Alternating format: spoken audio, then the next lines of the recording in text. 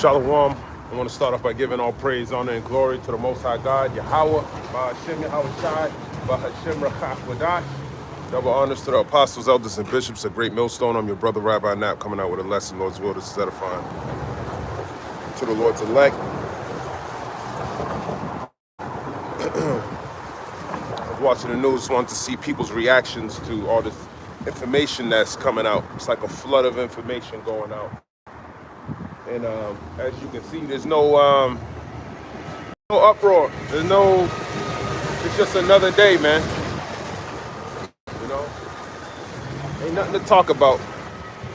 People are going to work. There's nothing being discussed. It's like they don't even got nothing to say about these times, man. That's why the Lord talks about his elect, why he gonna save them, because they're the ones who are crying continually. And, about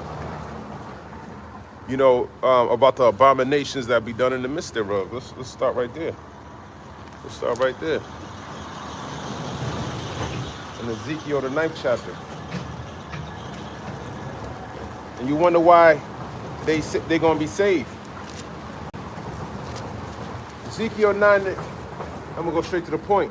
In verse 4, and the Lord Yahweh, Ba'ashem Yahweh Shai, said unto him, go through the midst of the city, through the midst of Jerusalem, and set a mark upon the foreheads of the men that sigh and that cry for all the abominations that be done in the midst thereof. So in the midst of Jerusalem. Jerusalem is a people before it's a place. Okay, so that's talking about the nation of Israel, which are you so-called Negroes, Latinos, and Native Americans. Scriptures talk about searching Jerusalem with candles. Where's that at? Where's that at, as a matter of fact? I will search Jerusalem with candles. What that's basically saying is Zephaniah. Let's go there. Let's go there, as a matter of fact. They're basically saying the Lord's searching you. We're the ones who are lit. We're the ones who got the light. Okay, the light is those wisdom, knowledge, and understanding. So he's searching Jerusalem, which are you searching through the midst of Jerusalem by with his word. Okay, and by you rejecting it, God shows you that he ain't dealing with you. Okay, and he's searching you through his servants, the prophets. This is the book of Zephaniah. And where is that? Zephaniah, or was it Zechariah? Hold on. I think it's probably Zechariah. Oh, this is Zephaniah 1, verse 12.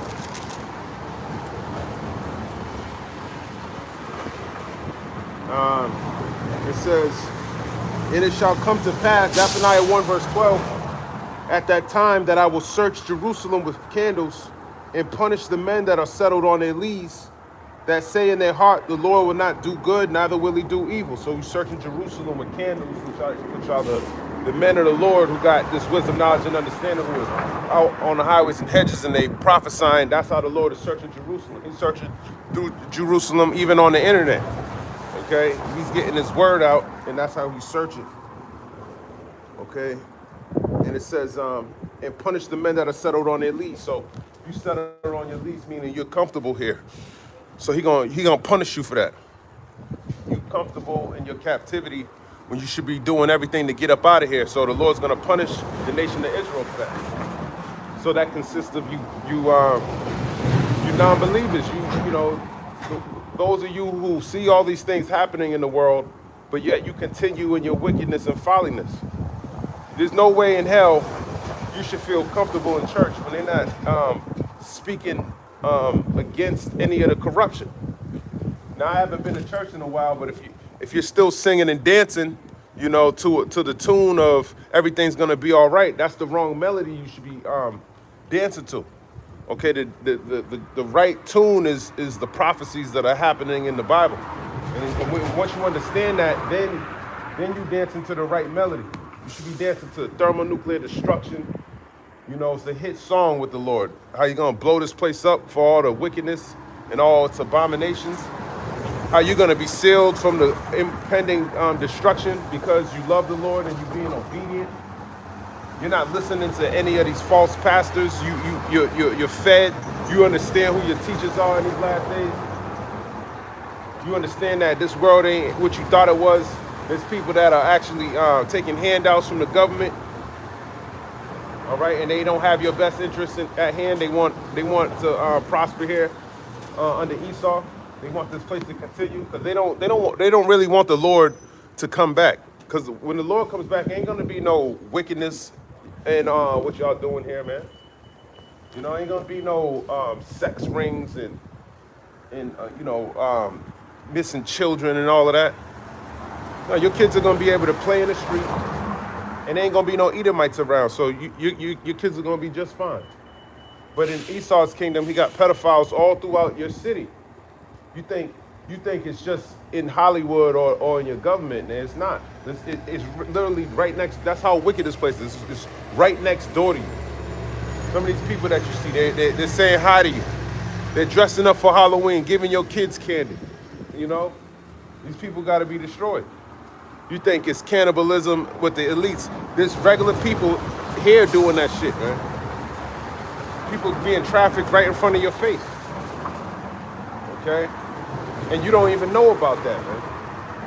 And the niggas telling you about it straight to your face, and y'all are cool with that. And that's what the Lord has revealed these last couple of days, that you Americans are just a bunch of reprobates. Your wickedness, you think wickedness is good. Let me grab this in Isaiah. This describes America in a nutshell. Isaiah chapter 5 and verse number 20. Woe unto them that call evil good and good evil. So woe means death and destruction, that call evil good and good evil. Y'all might call me a racist. You know, you might call the men of the Lord all of these things because they talk about how nasty the so-called white man is and how he's going to be destroyed and how he deserves it, how he's the wicked in the Bible. You might call that evil, right? But then you'll call that nigga good. You'll go vote for this nigga. He's the one that's causing all this shit. That's why the Lord, he got duck passing the Save Act, so you can't he's making it harder for so-called Negroes, Latinos, and Native Americans to vote, which is good. Because of Deuteronomy 17 and 15, you ain't supposed to vote for this nigga no way. Just because, you know, you got to choose one better than the other, that shit's done with, man. We ain't choosing shit. He don't even need you to vote. It's fake. He just wants to get you to participate in his wickedness. And y'all do it. Y'all line up. He's like, word, word, word. These are my beasts. Look at my beasts. They still want me to rule. Look at that. I gave them 2 old white men, and they still came to the polls begging. So I'm gonna decrease it a little bit more, the age limit. I'm gonna bring in Gavin Newsom. Maybe he can put those kill switches in their cars like I wanted them to do. Cars made after 2026, he gonna be charging you 2 cents per mile. That's what he's doing in California. Why wouldn't he do that when he get in power? Putting more hell on you so-called Negroes, Latinos, and Native Americans. You niggas can't even get on a bus. You niggas are voting for your oppressor. That's what you get. That's exactly what you get, man. Isaiah 5 verse 20. Woe unto them that call evil good and good evil, that put darkness for light. Yeah, you put darkness for light. That's why you go to those holler houses. You like to go in the dark. You don't want to go outside, get this fresh air, go speak to a random civilian that don't know who he is. Go speak to the nation of Israel, the so-called Negroes, Latinos, and Native Americans, and let them know that they got a savior that's coming back to destroy these heathen that are over them. No matter where they're at. How he's going to gather his children, get that, get them the understanding of the mystery of the Gentiles. These heathen don't know shit. They don't know nothing. I talk to pastors all the time. They think Israel's done away with. They think God is a so-called white man. And you would think, damn, this dude got all this money and accolade. He don't even know any scriptures. He's whitewashed, man. His mind is defiled, man. People say you brainwashed. Well, that's a good thing because when you wash something, you make it clean. You make it clean. You've been defiled by this place, man. You need to be brainwashed. Okay, this nigga's brainwashed. You got all this propaganda constantly going out. He about to, you got Not a Jew about to take over the internet, supposedly. He keep talking about it. Because it's so bad what's going on over there with everyone talking about him. He's going through so much right now. He got to take over the internet so he can stop it. So he about to ramp it up too. About to ramp up all the wickedness. Ain't gonna be no more videos. No more talking shit on comment boards. Don't worry. Then you got to pay for the shit you said. Ain't gonna be none of that talking bullshit anymore. Then it's all judgment. Then let's see how that works. That's what y'all do. Y'all put darkness for light. All right? That put bitter for sweet and sweet for bitter. So you're backwards. You look at the world through a backwards lens. This gets your mind right. You can look, you literally read left to right. Okay? We used to read right to left. So Esau flipped all that upside down. Even his customs are completely adverse to who we are as a people. Everything about him. Scriptures talk about him being his death. He wasn't given the law, statutes, and commandments. We're the ones that are going to live. This time he dies. This time we live. We get to watch his ass suffer. And it's starting with this economic collapse, your dollar collapsing, your food prices going up, these wars increasing, these sodomites being exposed, these pedophile rings being exposed, you Christians, Catholics, Muslims, Buddhists, you being exposed. They ain't got shit to say about this shit that's going on. So everyone's being exposed for who they truly are. And then you're going to know who the Lord's elect are. That's what you're going to find out in these last days, who he's dealing with and who he's not dealing with. Zephaniah 1 verse 12 again, and it shall come to pass at that time that I will search Jerusalem with candles and punish the men that are settled on their lease, that say in their heart, the Lord will not do good, neither will he do evil. Yeah, you say in your heart, in your mind, that the Lord will not do good, neither will he do any evil. So you think you could do what the hell, you could continue to be who you were before you heard this word, and that's not the case. He's going to punish you for that. Okay? He don't set up men in these last days for no reason, man.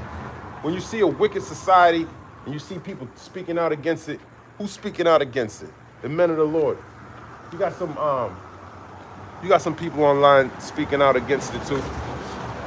You know, but it's really the men of the Lord that are bringing it through the scripture, showing you Bible verses, convicting this nigga through the spirit, cutting them up. Okay?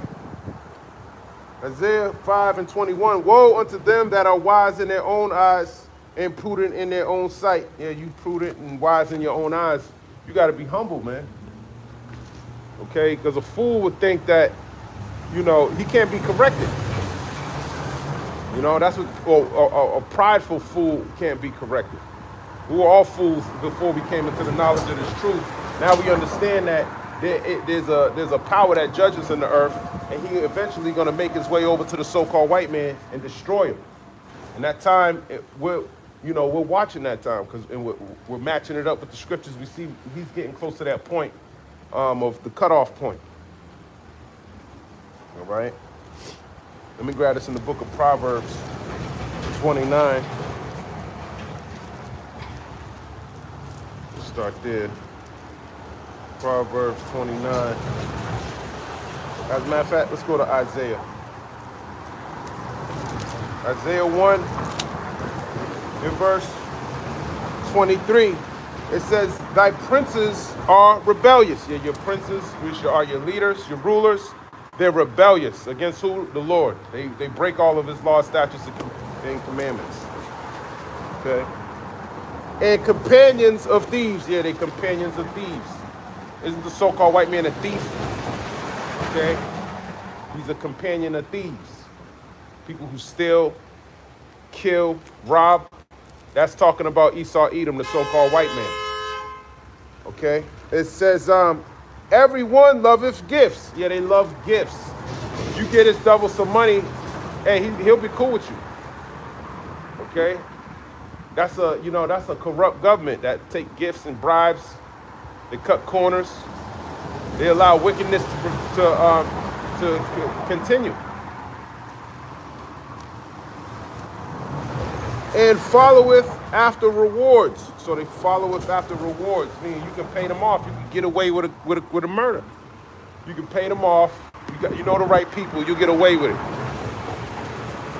Like Cash Patel, like Pam Bondi, like Christy Noem, like who else you want to talk about, man? Everybody. Marco Rubio, JD Vance, who else you want to talk about? All these damn Edomites. Liars. Taking bribes and gifts. They judge not the fatherless. Yeah, they judge not the fatherless. The fatherless is another code word for you Israelites. You're the fatherless. You're the widow. You're the poor. Okay? They don't uphold the laws. You're the orphan. They don't uphold the laws for people like that. Those people continue to suffer, and the more, just more and more, every single day. All his laws affect you the most. Okay? All of them. Because that's who he's attacking. Now, Esau's mad. He's protesting. He's blocking streets in Minneapolis. But the nigga ain't never really felt any affliction. That nigga's soft. You know? He's feeling it just a tad bit. Someone popped him upside his head. Oh, he's crying like a little bitch. You've been getting your ass whooped. That's why you're like, what? You don't even understand why these niggas are crying. But they understand that little bit of pain is coming. They shouldn't be feeling any pain. That pain's coming though. It's gonna continue to increase to the point where they're gonna be just like you. They're gonna be out here begging for change, begging for food, standing in lines to get the MOTB. They're gonna be faced with it too. And they don't have the integrity of you so-called Negroes, Latinos, and Native Americans. As wicked as you are, you'll do better than them. Because they don't have the faith of they don't believe in the Lord. They believe in the so-called white man. Caesar Borgia. Okay? A damn gangster, damn thug, a sodomite, all abomination. That's who they pray to every day, and you praying to him too. And you think that's your Lord. That's the problem with you. So you got a whole vibration. If you trust and believe in that, you got a whole vibration that's wicked, man. See? I thought you were the bitch. Isaiah 1 verse 23. Neither doth the cause of the widow come unto them. So the cause of the widow is talking about Israel. They'll stop what they're doing right there, and they'll have to go. A widow is somebody whose husband died. Okay, that's just like you. You know the Lord's not here. That's your husband. Okay, he's coming back, but y'all don't think y'all should be mourning, and but you moved on. The law says you can move on to another man when your husband dies, but Yahweh Shai ain't died. He was resurrected, so there's no excuse. You ain't trust and believe. He told you. He wrote everything down for you you should hear his voice, but you ain't waiting for him. You're gonna move on for Esau, and that's your new husband. You're gonna make a covenant with him. You're gonna get married one way or the other. You're gonna get married to this world with Esau, Edom, when he gives you his MOTP, or you're gonna get married with the Lord when he come and redeem his elect. We'll see which one you're gonna be part of. One of it comes with death and fire and destruction. The other one comes with salvation, wine, harps, singing songs, rejoicing. That's what I'm talking about there. Isaiah 1 verse 23. Therefore saith the Lord of hosts, the mighty one of Israel, I will ease me of my adversaries and avenge me of my enemies. That's right. Your adversary is someone that come up against you. And that's what Israel does. That's what 2/3 of you do. And that's what the so-called white man, and these heathen do. So he's going to destroy them. And I will turn my hand upon thee and purely purge away the dross and take away all thy tin. Tin and dross are impurities and metals. Scriptures talk about how Israel is like precious stones, precious metals. Okay, those precious stones and precious metals are going to be the elect. He's getting away the dross and the tin away from them. But with y'all, he's going to allow you to be burnt up. Okay, according to Ezekiel. Where is that? Ezekiel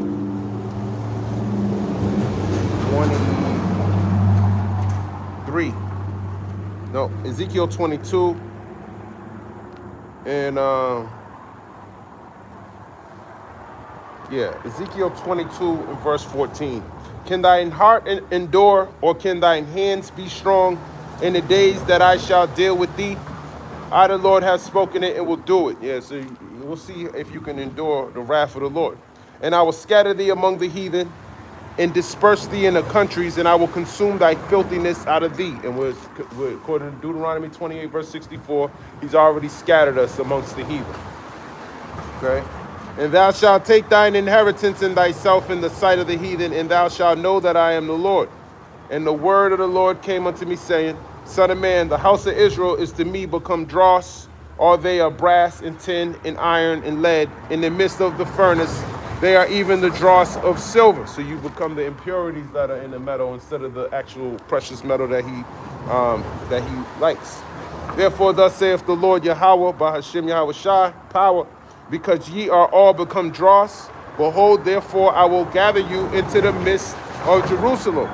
And they gather silver and brass and iron and lead and tin into the midst of the furnace, to blow the fire upon it, to melt it.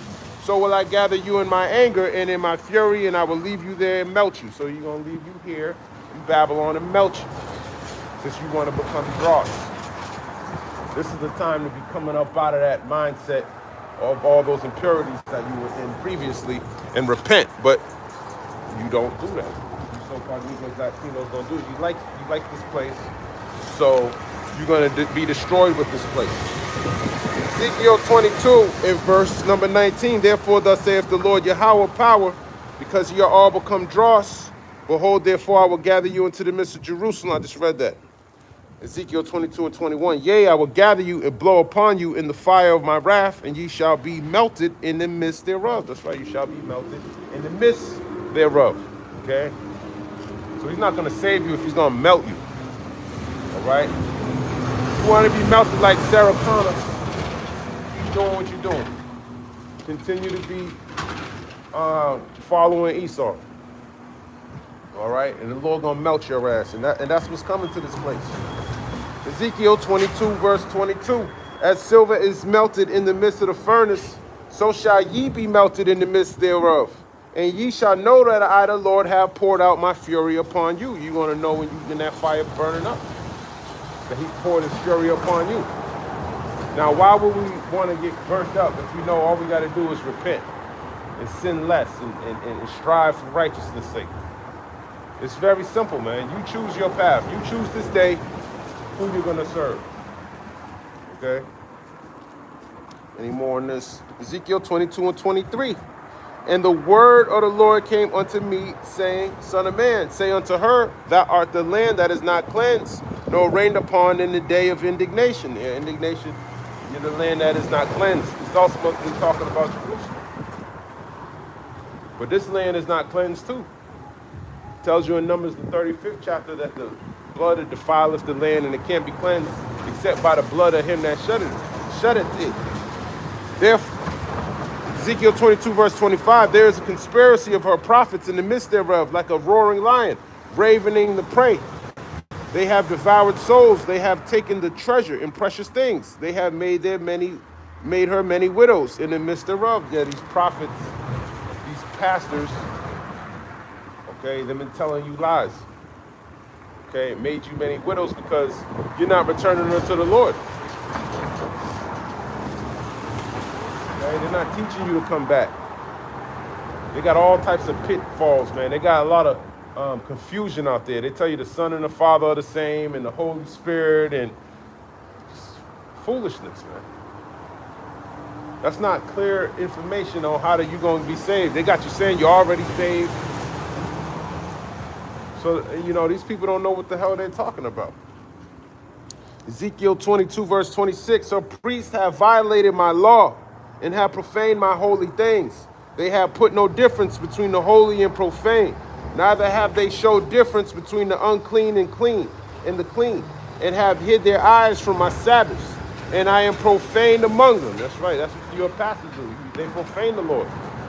They don't teach you his name. They don't teach you the truth. They don't know the truth. All they know is I can get paid by deceiving y'all. Okay? I can get some tax benefits, tax write-offs. So I'm going to continue to deceive y'all since y'all so damn stupid. But they deceiving themselves. It tells you in Matthew 25, Matthew 15, I should say, that the blind, if the blind lead the blind, both of them shall fall into a ditch. It's getting kind of cold out here. Let me finish this up. Ezekiel 22 in verse number 27. Her princes in the midst thereof are like wolves, ravening the prey, to shed blood and to destroy souls, to get dishonest gain. That's right, to get dishonest gain. They're like wolves. And you're like sheep to the slaughter, according to 2 Corinthians 15 and 10. According to Romans 8 and 36. They're like sheep to the slaughter, man. And they're the wolves disguised as sheep clothing, leading you astray. Leading you right into the mouth of the biggest wolf, which is the so-called white man, which is death. Okay? To get dishonest gain, it says, man. To get the bag. They want the money. They don't care about your souls, man. All right? Anyone getting money in this truth is you gotta open your eyes up, man.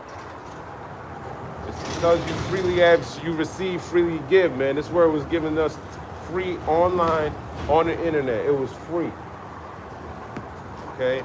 The apostles and elders on down, they put it up so you can receive it, man. And the reward is with the Lord. Okay? The reward is when the Lord comes and he redeems, gives them that penny. You can get the same reward as the apostles, man, if you believe. The report. Everyone's gonna get paid the same penny, man. So why wouldn't you put on your shoes and go do what you gotta do?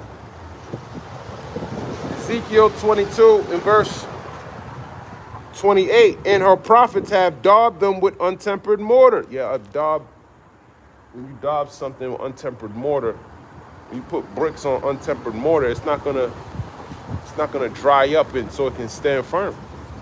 He daubed you with untempered mortar, meaning he told you lies. Okay, so you standing behind a foundation that ain't gonna save you, it ain't gonna work. All right. Seeing vanity. Vanity is worthlessness. Okay, something that's not gonna profit you much. It's all vanity. And divining lies unto them. That's what they're doing in these churches. They're divining lies unto you, telling you falsehoods. But you like it to be that way. You want to hear these lies. You love lies. Saying, thus saith the Lord Yahweh, when the Lord have not spoken. They thus saith the Lord. You're supposed to go to church, pay these tithes, and I'll make sure that you're okay. Those are divine lies. They're divining lies to you. Yeah, put $2,000 into the basket if you want to be blessed. And some of you fall for that. You know, that's just one thing. You'll pay $2,000 instead of follow the law, statutes, and commandments. It's much simpler than paying all that money. The Lord don't want your money. He wants you to be obedient. Okay? Ezekiel 22 in verse 29, the people of the land have used oppression and exercised robbery and have vexed the poor and needy. Yea, they have oppressed the stranger wrongfully. That's right. Oppression, man. Wrongful oppression. That's what Esau's doing. All right? He's your oppressor. And I sought for a man among them that should make up the hedge and stand in the gap before me for the land, that I should not destroy it. But I found none. So look at that. Nobody could fill in the gap. Only one that could fill in that gap was our Lord Yahweh Shai. He's the only one that could do it. Ezekiel wrote that down. He probably writing that down like, damn, the Lord don't think I can do it. He was righteous. Okay? But we needed Yahweh Shai to fill in the gap, which is to mend the relationship with the children of Israel and the Heavenly Father. He's our intercessor. He speaks on our behalf. Okay, if it wasn't for him, we would have been cut off forever. But that's not the case. Okay, and this is a form by him giving us the breath of life. It allowed us to come back to him. If he continued to keep this word away from us, we would have just continued to be a dry bone, and that's perfect for some fire, man. But now that we got this truth, we can come up out of it. Ezekiel 22 in verse 31. Therefore have I poured out my indignation upon them. I have consumed them with the fire of my wrath. Their own way have I recompensed upon their heads, saith the Lord Yahweh. So you want to get recompense. Okay? He's going to burn you up. Be in that dross, be in that tent. All right? Let's go to the book of Ecclesiastes, chapter 10.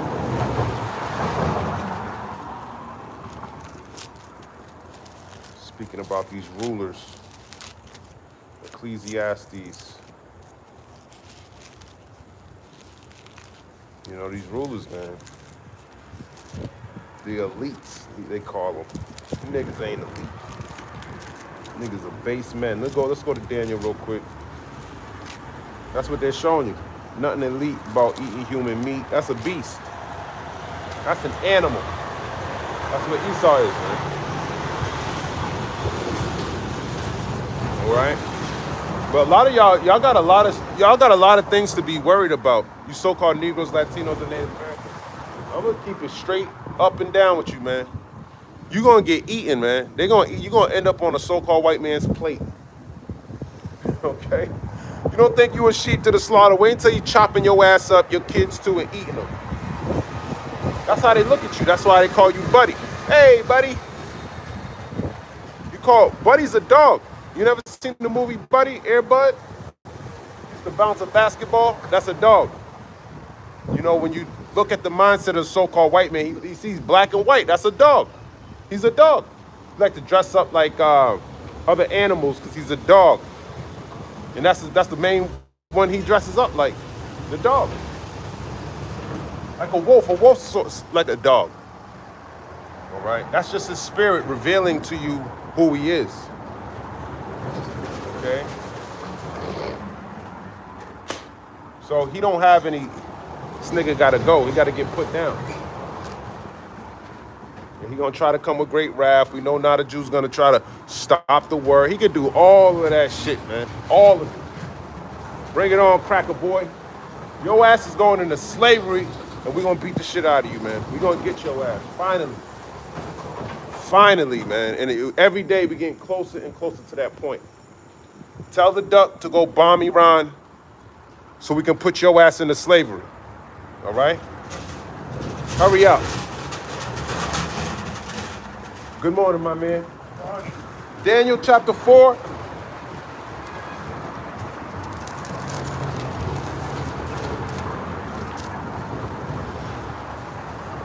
I'm going to start up a little bit. I always start at 17. Daniel 4, verse 13. I saw in the visions of my head upon my bed, and behold, a watcher and a holy one came down from heaven. That's talking about an angel. He cried aloud and said thus, hew down the tree and cut off his branches, shake off his leaves and scatter his fruit. Let the beasts get away from under it and the fowls from his branches. And this tree that is describing is about Babylon. Okay? The beasts and the fowls coming up. That's these different nations doing business with them, coming, all gathering in Babylon. Doing, you know, because you go to a tree for shade. You know, this fruit in the tree is, you know, so he's saying scatter that. Okay? This is in his vision. Nevertheless, Daniel 4, verse 15, leave the stump of his roots in the earth. So you leave the stump. There's potential for the tree to grow back.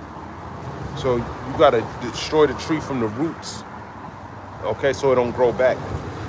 That's sort of like what he did with us. He cut us down, but he didn't uproot us, okay? And then we're getting built back up. That's why you're seeing us teach this word. That's why you're seeing us have way more understanding than you heathen that are out there. You're starting to see that we're better than you, that we're greater than you, okay, that you're really nothing. You're a peon on the chessboard. You're starting to realize that. Daniel chapter 4 and 15. Even with a band of iron and brass and the tender grass of the field, and let it be wet with the dew of heaven, and let his portion be with the beast in the grass of the earth. And that's talking about Nebuchadnezzar. He was going to get his kingdom taken away, and then, that's him being cut down, but then he was giving it back. And then he got his mind back, he got his kingdom back, and he realized there was a Lord. That's sort of like what happened to us. We got cut down, we lost our way, we were like beasts in the field. Literally, even when you watch, I forgot the name of the movie, when we came here on, they was whipping us like fucking cattle. Get your ass over there, throwing slop eating out the trough. Checking our meat, we ass naked, rubbing our balls and looking at our assholes, and just like he does in prison today, he still does that type of shit. I mean, they ain't rubbing your balls, but they tell you to bend over. That's what they do in jail when they book you. So a lot of y'all been molested, man. That's a form of molestation, man. That's crazy. I've been to jail, man. I had to go through the process. That's some evil shit. Then you niggas keep going to jail. Some of you niggas been to jail. I've been to jail once. Some of y'all been to jail multiple times. You must like that shit. You must like that shit, man. Keep going to jail. Petty thieves and shit. Got 40 damn different they bring out your record, and it fucking hits the floor. Pathetic. So we got cut down just like Nebuchadnezzar. And we coming up out of that confusion because now we got this truth. Okay? Daniel 15 and verse 16. Let his heart be changed from man's, and let a beast's heart be given unto him, and let 7 times pass over him. And that's talking about Nebuchadnezzar. Okay? For 7 years he was like a beast, it says. When you read down in Daniel the 4th chapter, it said his fingernails were growing out like claws, his hair. He looked like a beast, man. That's what Esau's gonna look like. Imagine Esau, unshaven, not cutting his nails. Just look at a Edomite homeless person, man. He like a beast. Okay? Got his beard all out.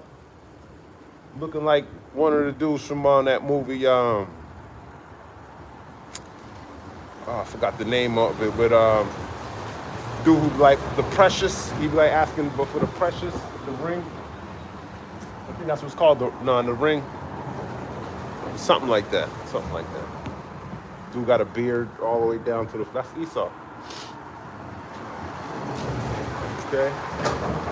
This matter is by the decree of the watchers, and the demand by the word of the holy ones, to the intent that the living may know that the Most High ruleth in the kingdom of men, and giveth it to whomsoever he will, and setteth up over it the basis of men. And that's what he did with Nebuchadnezzar.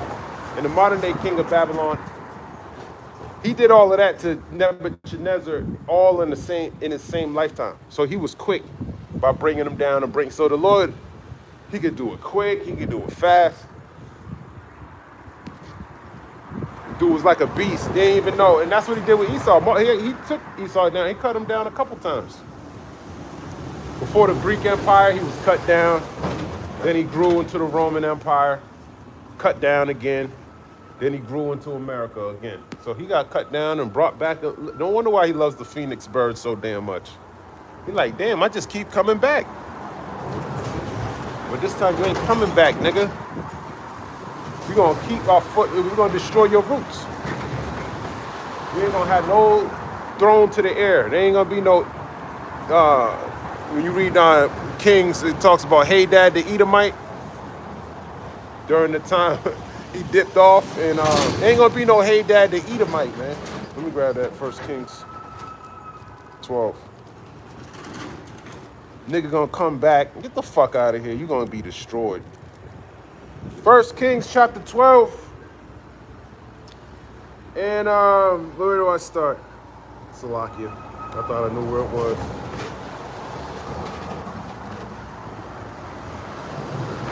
My father, no. Am I done with that? Or it might, is it? I know it's 12. It gotta be 12.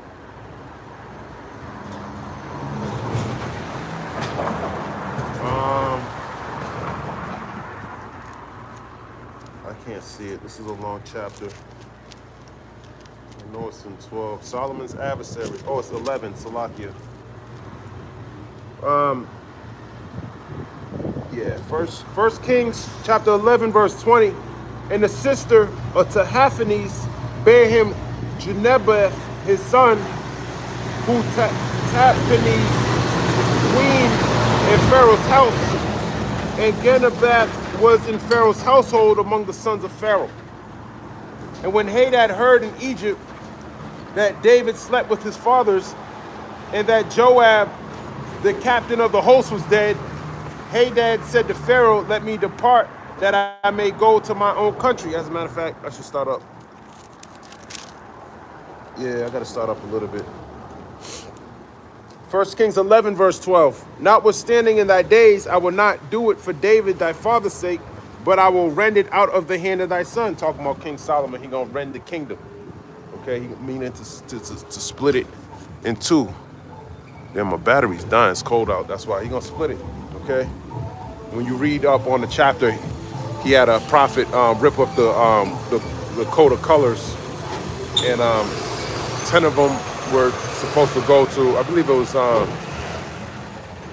to Jeroboam, and it was prophetic of how the Lord was going to split up the kingdom and give 10 tribes to the northern kingdom and the other tribes to the southern kingdom. Okay. 1 Kings 11, verse 13, howbeit I will not rend away all the kingdom, but will give one tribe to thy son for David my servant's sake, and for Jerusalem's sake, which I have chosen. And the Lord stirred up an adversary unto Solomon, Hadad the EDOMITE. He was of the king's seed in Edom. So there you go. You know, that shows you when you disobey the Lord, he'll raise up adversaries against you. Okay? And that's what Esau is doing. He's getting adversaries raised up against him. So this kingdom's about to be rendered, but it's going to be destroyed. It's not going to be split. It's going to be destroyed, and it's already split. It's divided, as you can see, but it's going to be destroyed. 1 Kings 11, verse 15, for it came to pass when David was in Edom, and Joab, the captain of the host, was gone up to bury the slain after he had smitten every male in Edom. So he's smitten every male in Edom. Okay, that's King David. Slain the so-called white man. Smitten every male in Edom. Okay.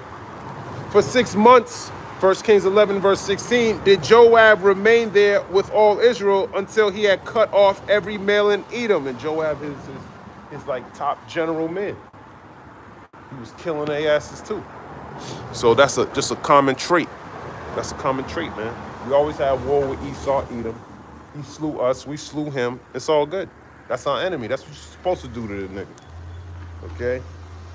1 Kings 11, verse 17, that Hadad fled, he and certain Edomites of his father's servants with him to go into Egypt, Hadad being yet a little child. So they were slaying all the males, and the Lord allowed Hadad to escape. That's him leaving a remnant of Edom. Okay? And that's how he was able to pretty much get to the point. The Lord wanted him to be raised up like this.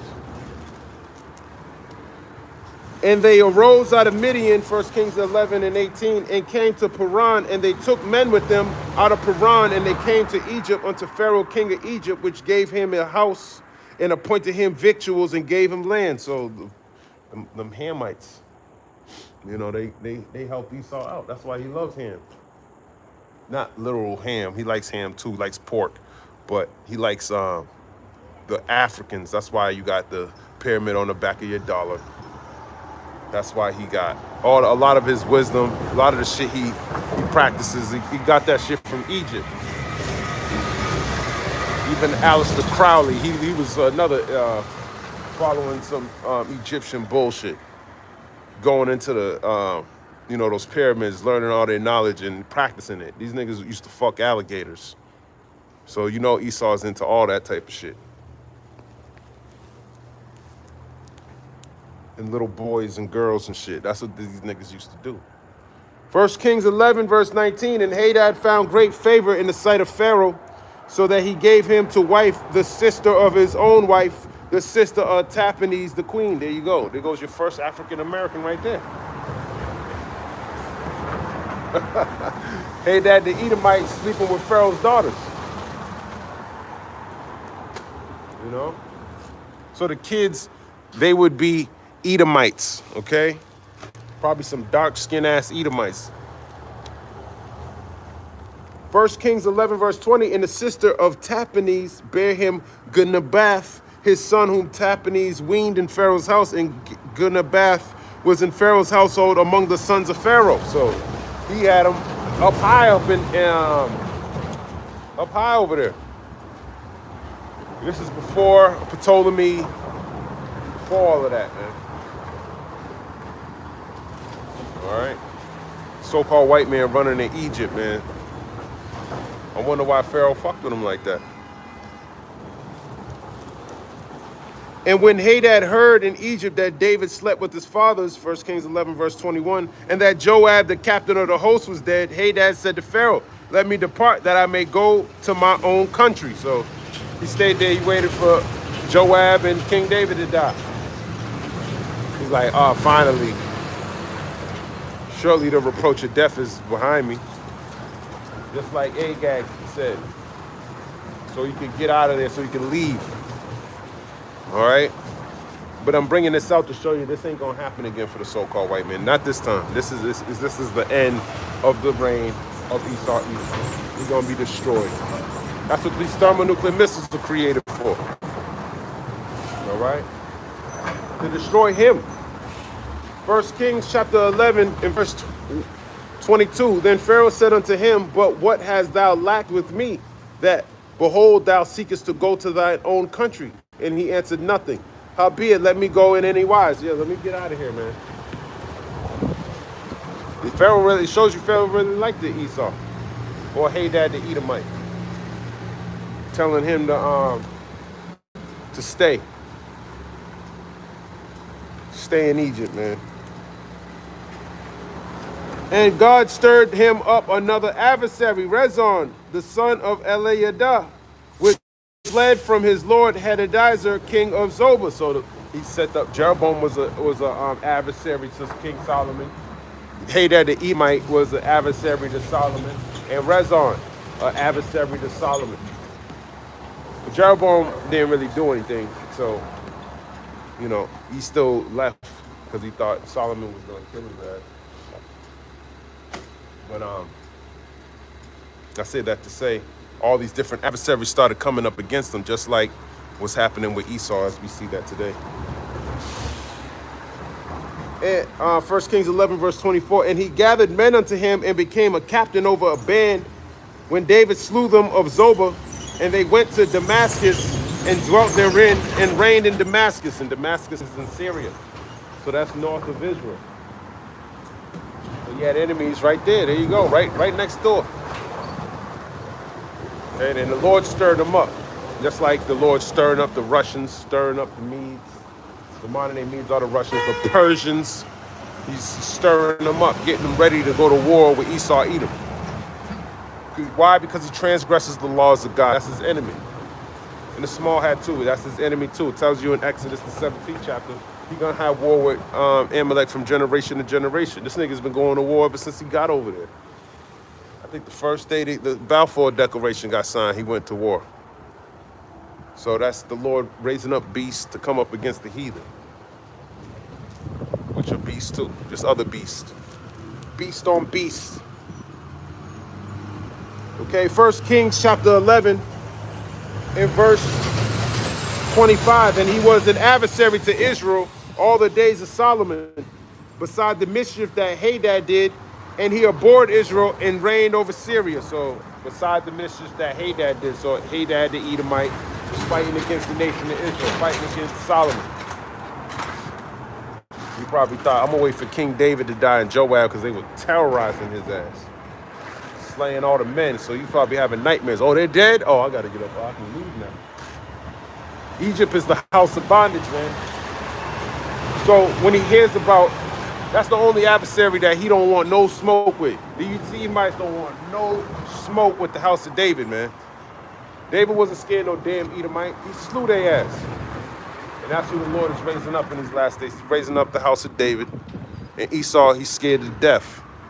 He's scared to death, man. The house of David, you don't need to be scared of the house of Esau, man. Showing you they're just a bunch of faggots, homosexuals, and all of that shit, man. All right? Who the fuck want to bow down to those niggas? Fuck them niggas, man. Taking their chip and all of that. Now you're supposed to be getting built up in the spirit, man. The Lord about to get the victory over these damn heathen. And we're going to bash them into pieces. It's very simple. It's an easy plan. Told you in Daniel the 7th chapter that the saints shall take the kingdom. The saints are ultimately talking about the elect of Israel. They're going to take it. He's going to use them as a battle axe to go fuck these niggas up. And their weapons and all of that shit. That shit is nothing for the Lord to beat up, man. That's nothing. The Lord, it's very simple. Look what he did with Samson. One man. We're gonna beat the shit out of Esau and we're gonna drop a mixtape just like Samson.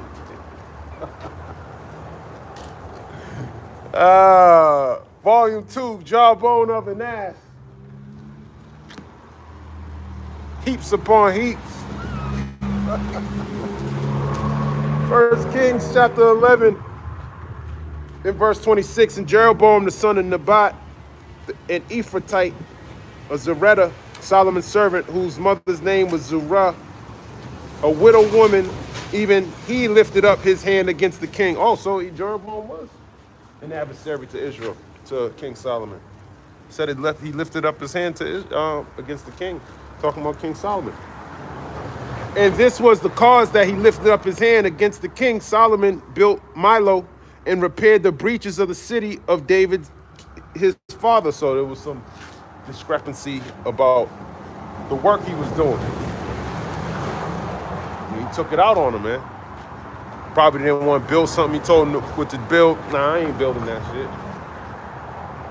And King Solomon like, oh, you gonna, what? You ain't gonna do what? Oh, no, sorry, yeah. Probably sucking his teeth. I don't want to build this shit. This evil ass shit for one of his, that damn Chinese woman he loves so damn much. Who knows what he was building? But that's why he lifted up his hand against the king. A wicked ass Puerto Rican man. So-called Puerto Rican. Jeroboam was wicked, man. But hey, that's the Lord stirring up adversaries. King Solomon. 1 Kings chapter 11, verse 28. And the man Jeroboam was a mighty man of valor.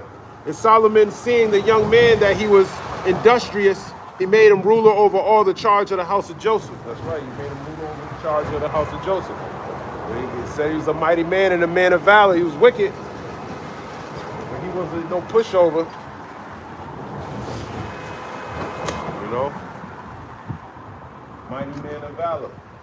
See, Israel is not what you think it is, man. It's not a bunch of people with big ass hats or small hats walking around with Torahs, doing some silly ass dances, kicking their feet in circles. And these were men of war, man. And you had to be a man of war. You had to be very wise to rule over people like Israel. It's hard to rule over Israel. You see them. Look at Chicago when they had all those damn gangs, man. Larry Hoover. Look how wild these people are without a head, man. And now we don't have a king. It's been a long time we haven't had a king.